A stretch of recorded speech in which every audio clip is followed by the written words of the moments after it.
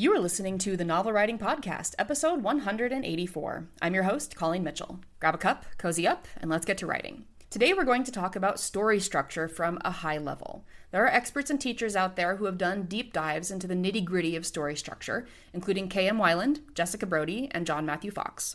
What I want to do is hit this from something like 10,000 feet up, where we are high enough to see the major points of structure.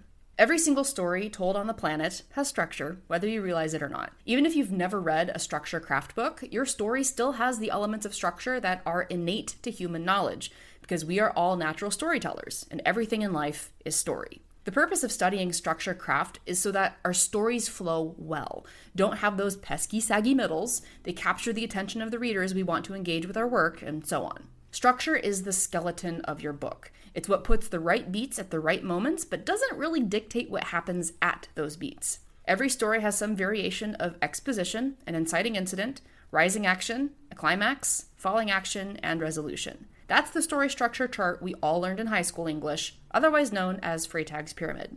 No matter what structure you use for your story, they're all embellishments and variations of setup to conflict to resolution.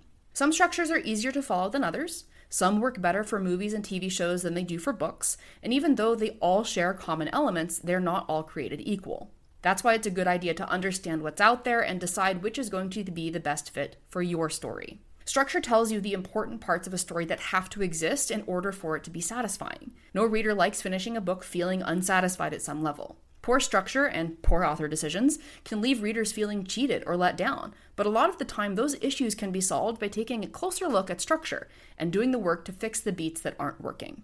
Structure is the framework that guides the narrative. It keeps the story on track, and despite what you may hear, it's not a formula. Books written with the same core structure aren't telling the same stories even if they share the same beats. For example, you can find the same story beats in Harry Potter as in Lord of the Rings, but they're not the same story. Structure shapes your book's outline without dictating what you're going to write. It's the difference between going on a hike and being instructed which flowers to smell along the way versus going on a hike and deciding for yourself which flowers you want to smell. There are a ton of options to look into for story structure, but my favorites are Save the Cat, My Story Can Beat Up Your Story, K.M. Weiland's 4-part structure, which is kind of a combination of the 3-act structure and the 7-point structure, and then The Hero's Journey.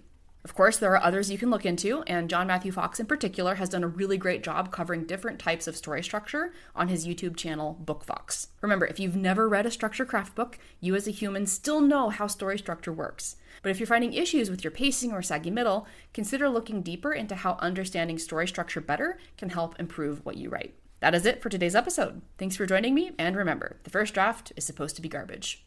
Thanks for listening to the Novel Writing Podcast. If you're ready to stop struggling and start finishing your novel, check out the 60-Day Novel Writing Challenge. It's a step-by-step program designed for solo writers to complete their first draft with clarity and focus.